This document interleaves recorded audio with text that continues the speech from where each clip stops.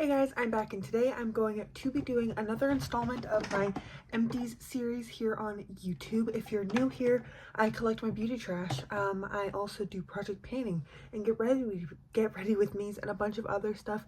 And life has been hectic lately, but I've used up a bunch of things. So let's just dive right in and talk about all of these products.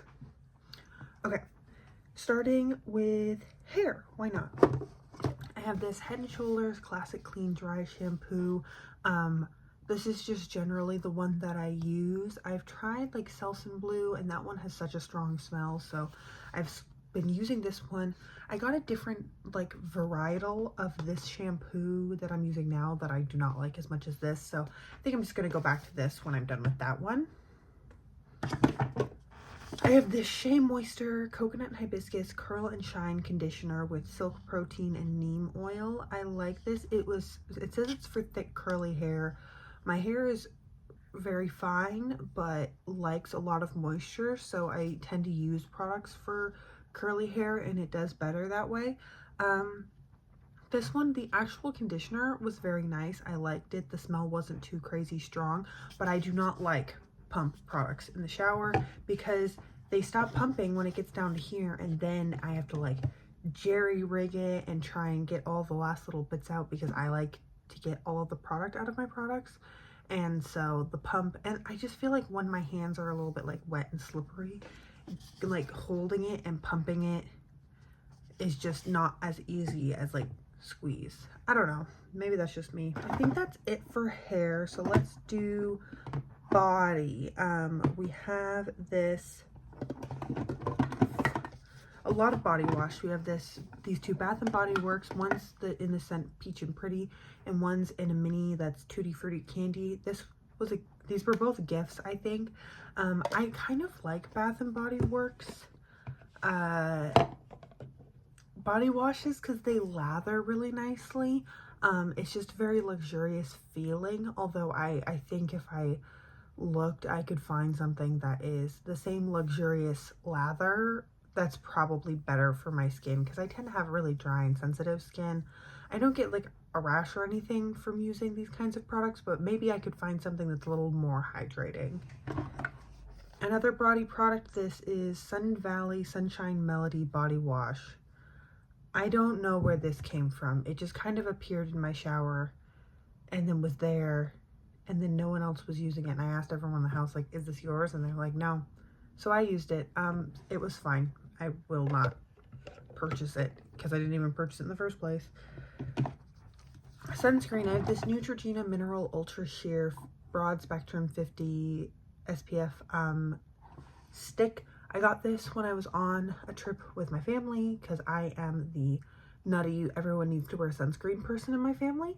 And so I got this, and then it was really easy to just go and like rub it on people, get the bridge of the nose, forehead, shoulders, when we were out and about, because this particular weekend we were at a lot of children's sporting events in the sun, so this was good. I didn't get burnt, just saying. Other people maybe did not fare so well. Apparently I need to be more annoying with that.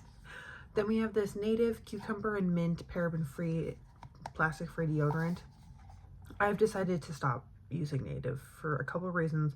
The first is that it stains my clothes. Like I get clothing stains, and I get a weird BO smell.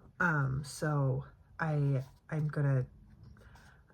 bought a different kind of deodorant. I'm gonna travel around. I might come back to this, but I'm on my last Native and I just don't think it does that great of a job, and it tends to get all over my clothes and I get weird like stains on my underarms with this. So I'm moving on. Another deodorant, so I have a picture of two things that I'm gonna insert right now. I had a Dove deodorant and a mini eye cream.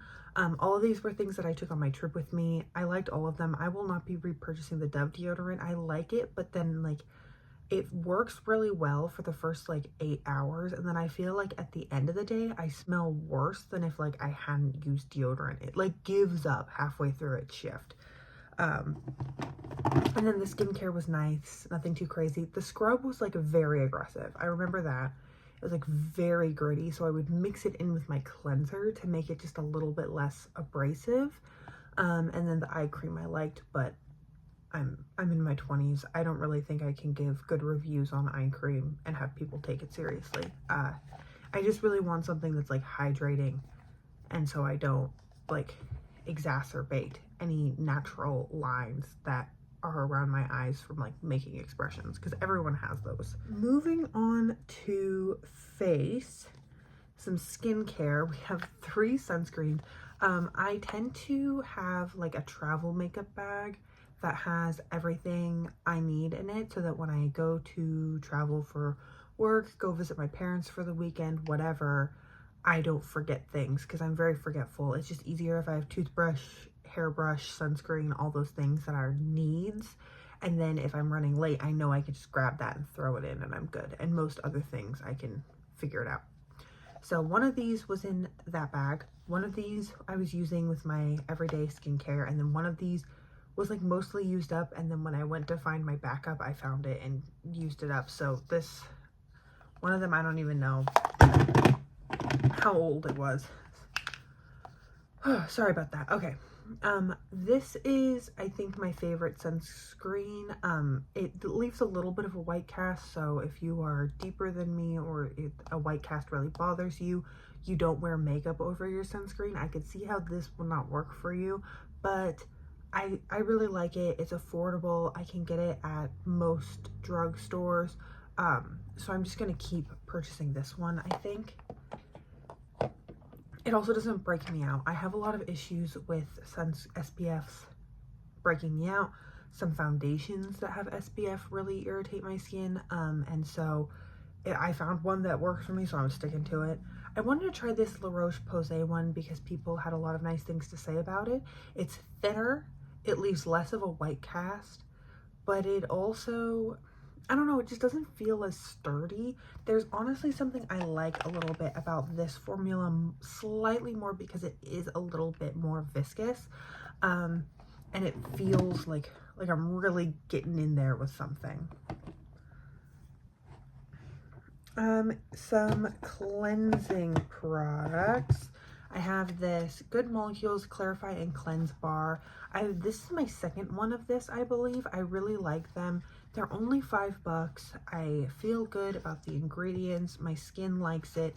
I feel like it does a good job of removing makeup, so I'm just going to keep purchasing these. I already have a new one in my shower. Good Molecules Ultra Hydrating Facial Gel, or oil, not gel. The only thing I don't like about this is the size. It looks so ridiculously tiny. It is kind of hilarious. I really liked the actual facial oil. I believe this was like $8. I'm curious if you look at this from like a cost per ounce perspective, because it's 0.44 fluid ounces.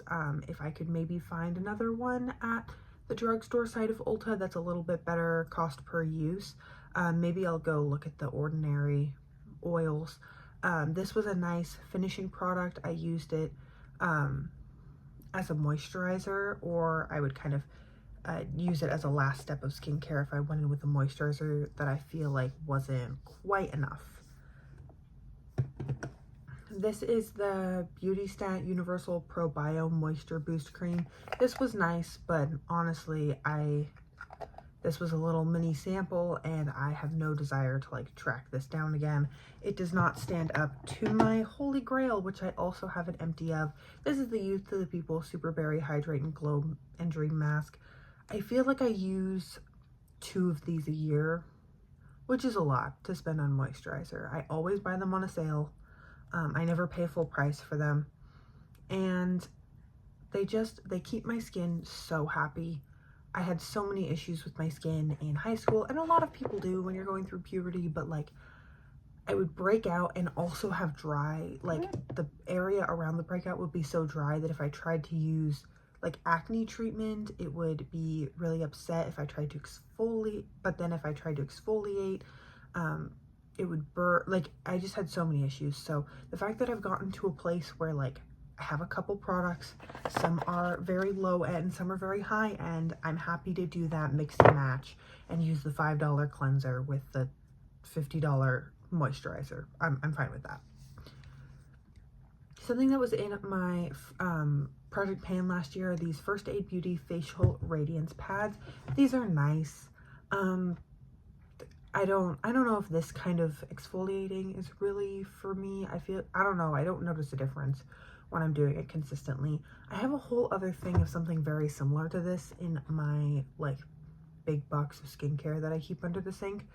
Oh, I hate acknowledging that it exists. So I'll probably work through those and then never buy something like this, unless maybe if I was having issues with like congestion, I don't know, like congested pores. I have this Bye Bye Under Eye Cream Mini. This was fine. This was also in that little travel makeup bag, and it was nice, but I just didn't use it consistently enough to know if it did anything or not, because I only used it when I was like out of town. Mario Badescu Witch Hazel and Lavender Toner. This was nice. I used it just whenever I felt like I needed to do a little bit of extra cleansing on my face. Usually, sometimes like around the perimeter of my face, I'll feel like I didn't get in good enough with cleanser. Or if I have some like lingering eye makeup, I went in with that. And this Lancome Advanced Genifique Youth Activating Concentrate. This is a mini. I had it, so I used it. I don't think I'm the target demographic for this, and that's okay. Now we're getting into makeup. Something that I like but hate the packaging is this L'Oreal Infallible up to 24-hour fresh wear foundation. This is nice. I really like the actual foundation, but you can't open it. Like, I can't figure out how to open it. Someone left a comment in my 25 in 2025 project update where I talked about how I can't get this open, and said that she was able to, but it was super messy. And I'm like, L'Oreal, that's not better. Like let me open it and use the last little bits. Why is it so hard? I don't understand. It is like every other foundation I'm able to just like screw off the pump. I don't understand the logic. This is my second, maybe third bottle of this foundation. I like it, so when I'm at the drugstore and I know I need a foundation, because for whatever reason, like I bought this because I was about to go out of town and my face had gotten really pale, and I was like, I need something that matches me, and I went and I picked that up, and like I like it, but I don't know if I would premeditate buying it again. YSL Touche Éclat Radiant Touch Concealer. It was meh. I just think it's like, if it was a drugstore concealer, I'd be like, it's nice, but I know that it's like crazy expensive, so I'm like, you could get like literally any other concealer at Sephora and probably have just as good of a time. It's like so sheer that it doesn't really do much, and so maybe it's not meant for me. Laura Mercier Translucent Loose Setting Powder Ultra Blur. This is a little mini. I used this up no problem. This was actually quite nice. I watch Beautiful and Bothered podcast, and they talk about how they don't like this like Laura Mercier powder because it makes you look kind of cakey and crusty. I did not find that to be the case, but maybe like my skin happens to work with this one, or maybe that's an updated formula. Another Laura Mercier product is this Caviar Stick Eye Color in the shade Eau Naturel. This I used kind of as an eye primer. Now I actually have eye primers in my collection again, so it was nice, but I'm definitely not going to be repurchasing something like this. I really like those Caviar sticks though. Like I'm wearing one today, and then I put a little bit of a shimmer over it in like an olivey color, and I think it looks so pretty. I would repurchase a Caviar stick in a color that I'm excited to use as an actual eyeshadow, not as a base. Then I have this Benefit They're Real Magnet Mascara. This I have mixed feelings with. First of all, the packaging started flaking, and it's getting like little bits of like silver everywhere, and that's driving me insane, so I'm very excited to toss this.